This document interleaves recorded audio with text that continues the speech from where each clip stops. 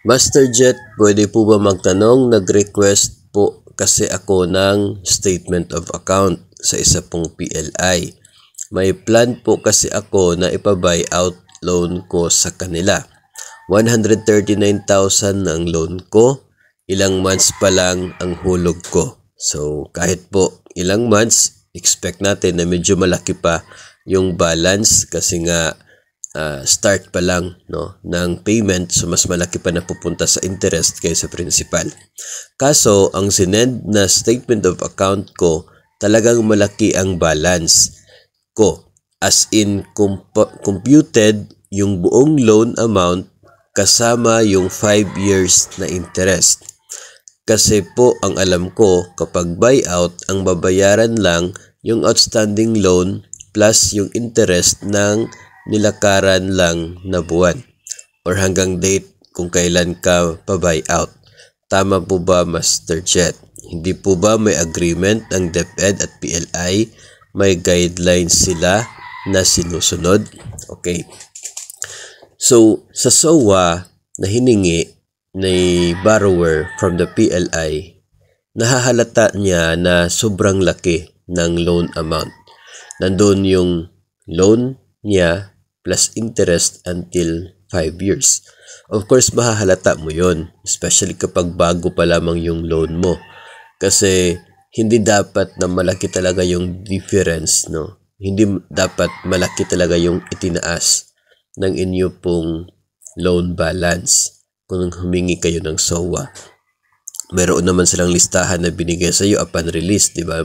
Yung amortization schedule, merong total interest doon. So, pwede mo siya makompute kung talagang computed nila until 5 years. So, kung atin pong pagbabasihan ang agreement ng DepEd at ng mga bangko, itong mga accredited na private lending institutions, nakapaloob po sa DepEd Order Number 20, Series of 2021, talagang ipinagbabawal ni DepEd sa mga PLIs na magngungulikta ng interest until the end of the loan term. Kung sakali po na babayaran in full ang isa pong loan sa mga private lending institutions, ang babayaran lamang ay outstanding loan balance plus interest until sa day kung kailan nangyari yung pagbabayad in full sa loan. So kung kayo po, meron kayong monthly na deduction sa inyo pong sahod, tapos remitted na yung October, tapos papa-buyout mo ngayong araw.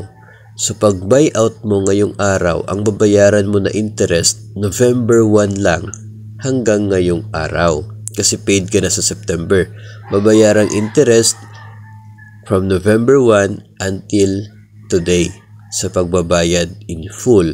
Kaya nga yung SOA ng mga bangko may nakastate doon na date, kung hanggang kailan na ganun yung amount ng loan ni borrower.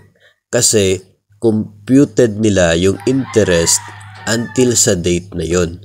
Yung interest until lamang sa date na yon, kaya ganun yung balance niya. So kung nagbayad ka earlier, so pwedeng mas maliit doon. Kung nagbayad ka after sa date na nakastate sa SOA, yung balance mo pwedeng tataas.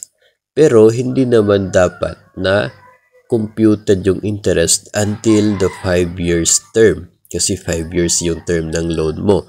Yung gawaing yan ay nakapaloob din sa DepEd Order Number 20, Series of 2021.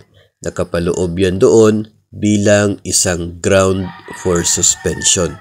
Pwedeng masuspend ang PLI na nag-charge ng interest ng loan hanggang sa katapusan ng term. Kasi nga, ipinagbabawal yan ng DepEd, kaya pwede silang masuspend kung gagawin nila yan.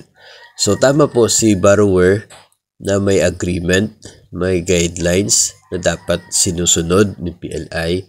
Siguro hindi lamang siya aware kung anong DepEd order yon. Kaya, yun po, DepEd Order Number 20, Series of 2021. Yun po ang nagsisilbing Biblia ng pagpapautang ng mga private lending institutions sa mga DepEd personnel at effective po ang nilalaman ng DO na yan until December 2025. Kaya hanggang sa ngayon, dapat sinusunod yan ng mga bangko. After po ng December 2025, dapat maglabas ng bagong agreement sa DepEd at applyan yan ng mga bangko na gustong magpapautang sa mga DepEd personnel. So, sila mismo nag-set ng kanila pong intention to follow the guidelines, yung ruling na ginawa ni DepEd. So, hindi pwedeng sabihin ni bangko, ni PLI na hindi sila aware dyan kasi yung company nila nag-apply ng loan accreditation after nila nag-agree doon po sa conditions na ginawa ni DepEd. So tama po yun, borrower, yung ating sender. Pwede nyo pong i-inform yung bangko na nakapaloob sa DepEd Order Number 20 Series of 2021 sa terms and conditions of APDS loan accreditation na bawal ang ginawa nilang pag-charge ng interest until the end of loan term.